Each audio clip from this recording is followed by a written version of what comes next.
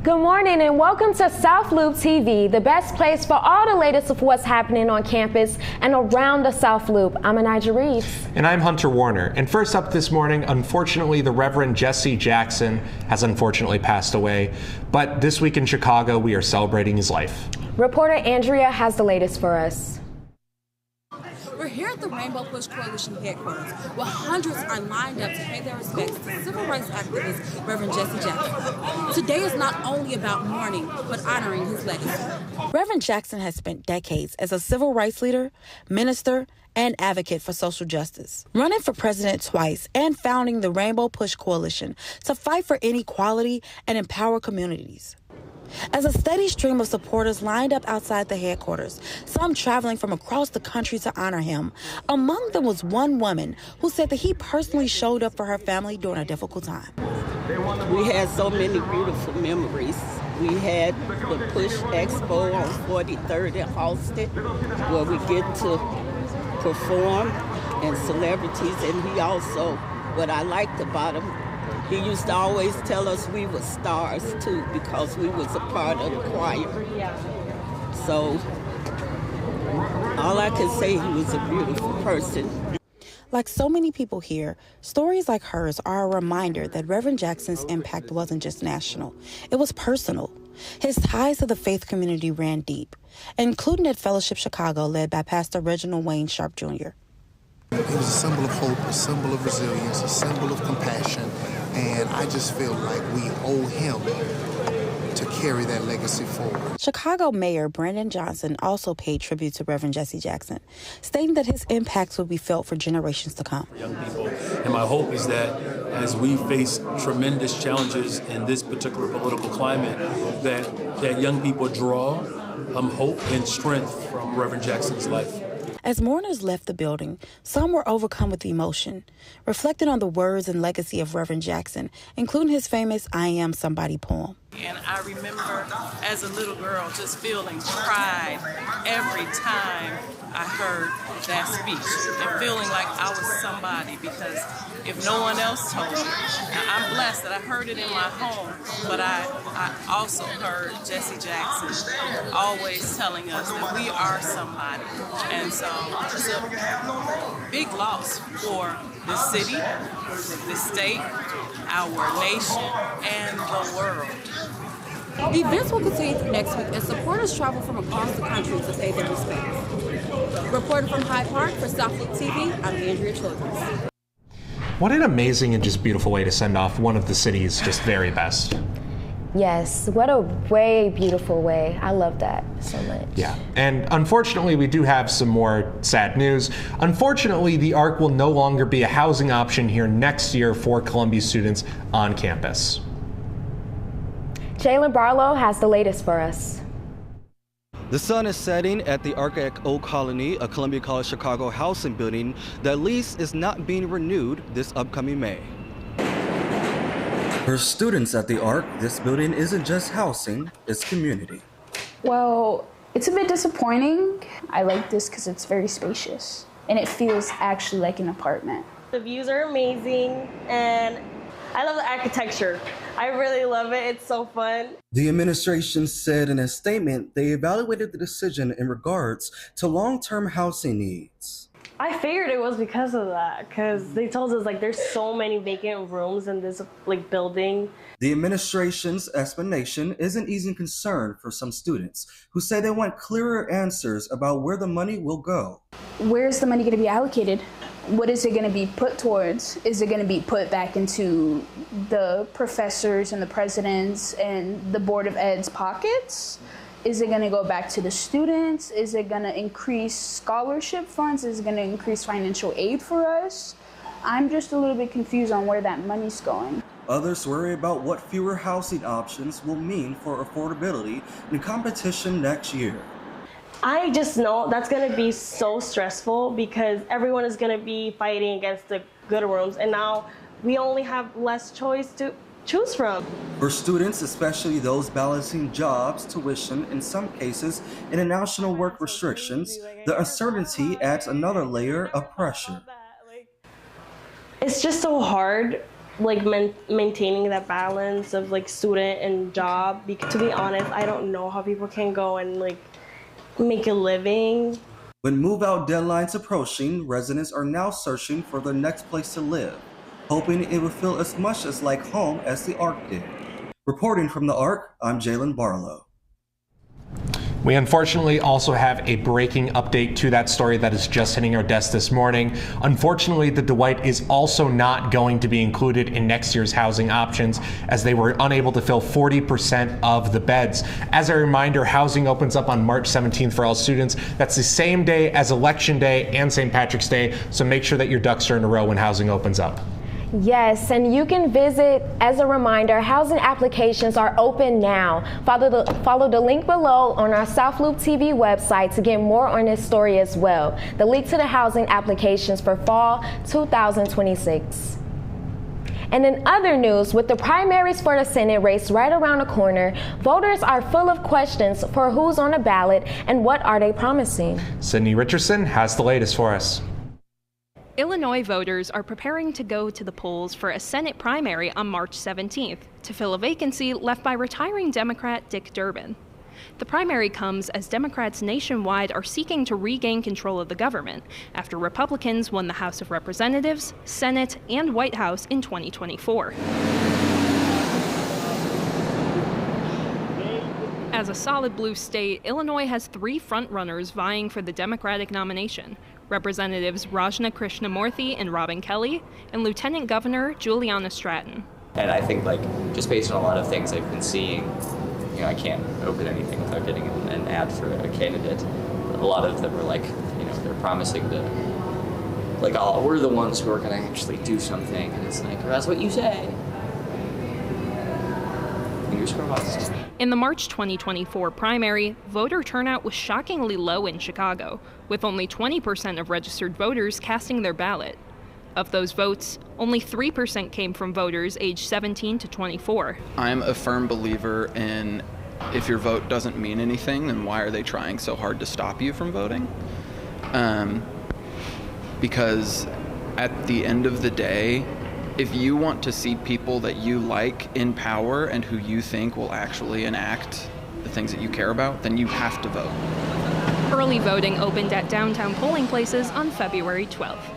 Jones College Prep is the nearest polling place to Columbia's campus and will be open to voters on Election Day. Good thing I am all set to go to the polls. Absolutely. Voting is one of the most important rights that we have here. And, you know, of course, you know, we know here as Chicagoans that the weather can be kind of crazy sometimes. And Emma Jane has us covered. Emma Jane, what can we expect this weekend for the weather?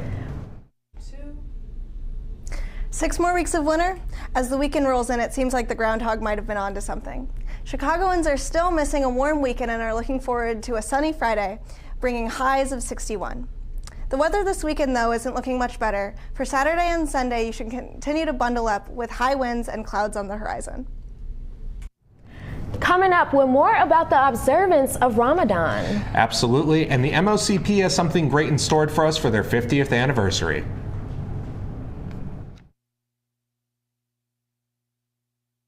We're all just trying to keep things running for those who rely on us. That's why we don't have time to be sick with the flu. We don't have time for delays. Ready! We don't have time for spills. Next. We don't have time for setbacks. Let's be real. Getting the flu shot helps you fight the flu. Get a flu shot for yourself and those around you too.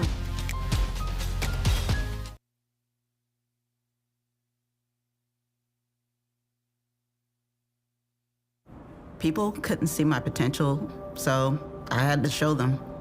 I've run this place for 20 years, but I still need to prove that I'm more than what you see on paper. Today, I'm the CEO of my own company. That's the way my mind works. I have a very mechanical brain. Why are we not rethinking this? I am more. I'm more than who I am on paper.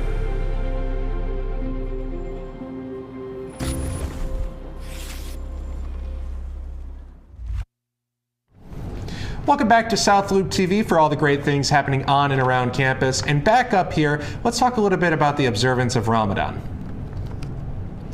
Last night, Mayor Brandon Johnson joined the Muslim community for the iftar dinner at the Chicago Culture Center for Ramadan. The mayor expressing his gratitude for the event.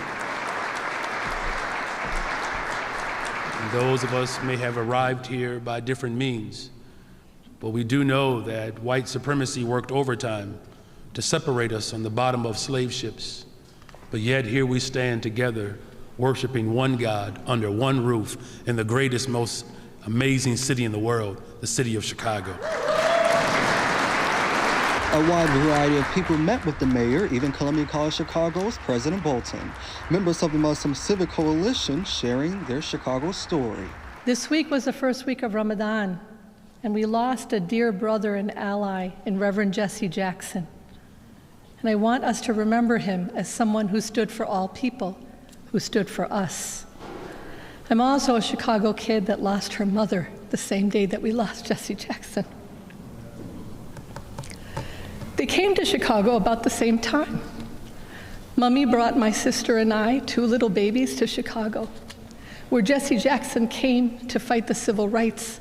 My mother came as an illegal alien to build a better life for her children. Those memorable times are met today with a faithful message of peace. And all I can do is pray that that many of us are able to continue the legacy and continue the work. But yes, I think that, I come from a very diverse family.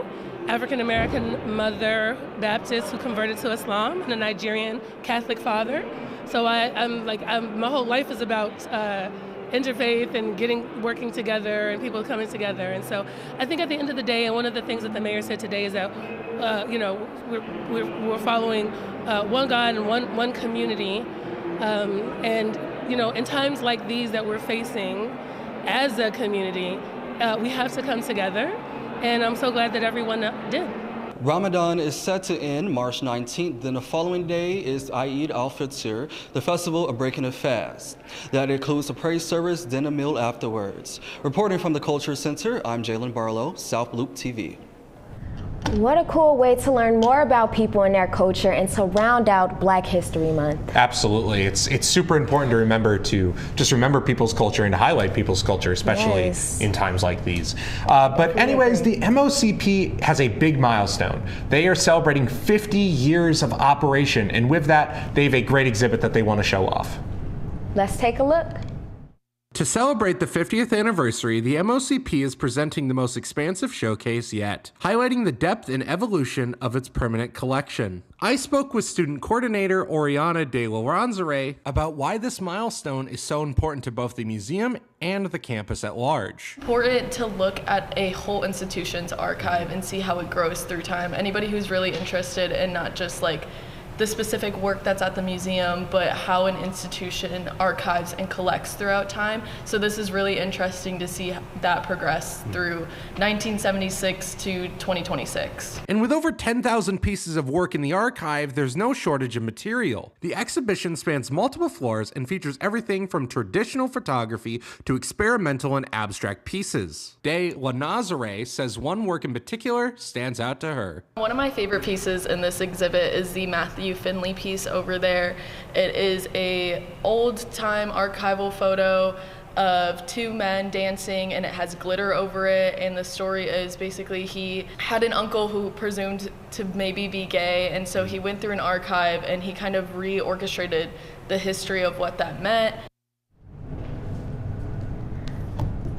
Hunter, that was such a good story. I know, I'm always everywhere. And the event is free. I know, that's, it's crazy. It's almost impossible to find something free to do, especially in the city, and especially in this economy. Exactly, especially in the South Loop, right? Well, we all know that the Midwest is no stranger to the weird weather, but hey, that's just how that's what the talented Imogen is here for. Let's take a look at the forecast. Starting the weekend with sunshine and a high of 61 on Friday, clouds are expected to roll in early Saturday morning. Disappointingly, even colder on Sunday with a low of 23 and a feels like temp of 7, clouds are expected to break and let in a little bit of sunshine amongst that harsh, chilly weekend. With hope for a warmer week, Monday is supposed to continue to warm up, bringing a high of 37. That continues throughout the week with warmer temperatures. fighting for that spring weather once again. Thanks. That's been your weather forecast. Back to you, Anijah and Hunter. Don't go anywhere. When we come back, we will hear all about how WCRX has made a big change with a big move.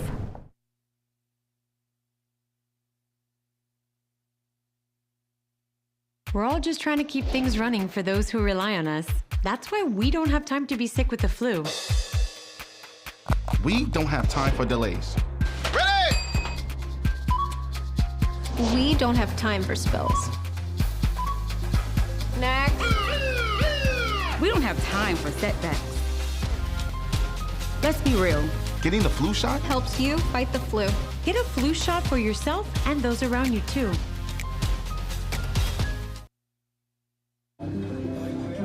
The freedom to live in safety. That's an American dream.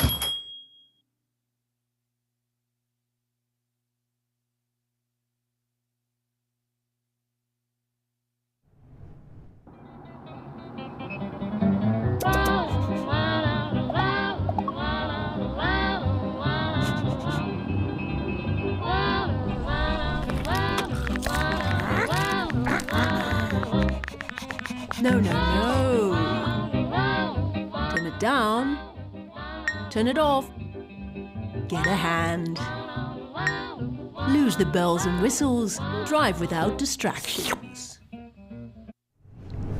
Welcome back to South Loop TV, everybody. First up, for our last segment here, let's take a little bit of a look at what WCRX is doing. They made a big move with noise construction already going on. They've made a big change moving to the 7th floor for the semester. Anijah has more for us. WCRX took a major change over the 2025 winter break. Columbia College Chicago student-run radio station shut down temporarily to the 7th floor to relocate while construction begins on the redesigned first floor of 33 East Ida B. Wells Drive. Over winter break, WCRX moved from its longtime first-floor home to a temporary studio on the 7th floor. The relocation allowed the college to transform the first floor into a new center for student success, a centralized hub for academic advising, tutoring, and student persistence services. You know, walking through here now and seeing the empty walls that used to be covered with awards, the silence that I hear when I'm in here versus hearing the music playing. You know, this was such a rich, fun, hopefully, environment for students for years, and I'm sad to see us leaving here, but I'm also excited about the new space that we're going into. Engineers began moving equipment shortly after the fall semester ended, with the goal of being fully operational when students return in January to host and to be utilized by WCRX overseer Matt Cunningham. We're using a different board than we used last semester, but it's the same technology and students understand it. There's been some bumps in the road because some of the technology, once it moved upstairs, didn't work right. So we've had to finesse that a bit and make it work. So has it been easy? No, but it hasn't really been that hard. It just sort of, one day it was down here and the engineers moved it up pretty quickly. It was just in the different space, certain things weren't working, and we had to, the last few weeks, figure that out. The redesigned first floor studio is scheduled to open in fall 2026. When completed, WCRX will return to a street-facing space designed to make student broadcasting visible from Ida B. Wells Drive. The project is funded through the Illinois Board of Education Capital Grant aimed at improving students' access to support services. WCRX is expected to continue operating from the 7th floor until construction is complete. Reporting to you, South Loop Chicago, Anijah Reeves. Wow, what a big change for WCRX this spring. I know, you're telling me. Yes. It's a great change. I mean, I love our new spaces, love our new audio spaces, but Matt's office is like a marathon away from my office. I was literally just thinking I'm going to need like a map to find anything around Oh, no, you Columbia. Need one. You do, I know, really it's crazy. Bad. But 2026 is the year of the Fire Horse, and Chinatown right now is celebrating with parades and celebrations for everyone of all ages. Sydney Richardson has the latest for us. Chicago is trotting out the festivities to commemorate the Year of the Horse. This Sunday, the community will gather here in Chinatown for the annual Lunar New Year parade, after thousands gathered on Argyle Street in Uptown last weekend. Lunar New Year is celebrated under many names in many Asian cultures. The holiday celebrates the beginning of the new year in the lunisolar calendar, which was developed in ancient China. The Lunar New Year began on February 17th, and celebrations typically last for 15 days. Every year is represented by one of 12 animals in the Chinese zodiac. 2026 is the year of the horse. Frankly, I am looking forward for it. I was here, I was in Chicago last year, but for some reason, I think I could not attend it. But I am excited to see. It's actually passing right in front from my house. So I'm really excited to see, how the community here is celebrating their culture. Since Donald Trump took office, immigrant communities across the country have been on edge as federal immigration enforcement escalates, including here in Chicago, where Operation Midway Blitz began in September.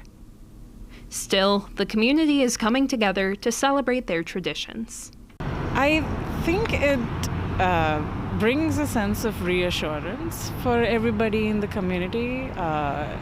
It's nice to know that, even when things are politically stressful, we as a community can, come together and stand together. The parade will start at the corner of 24th and Wentworth at 1 p.m. on Sunday, March 1st. Reporting from Chinatown for South Loop TV, I'm Sydney Richardson. Well, that's all the time that we unfortunately have today, but we'll be here next week with more South Loop TV. Anyways, I got some more Resident Evil 9 to play. We will see you back here at the same time in the same place for a special report. And shout out to a very special birthday person, our director, Happy. Happy birthday, Happy. She's somewhere back there in the studio, but shout out to her. And we love you guys and see you next time. See you next time. Thank you.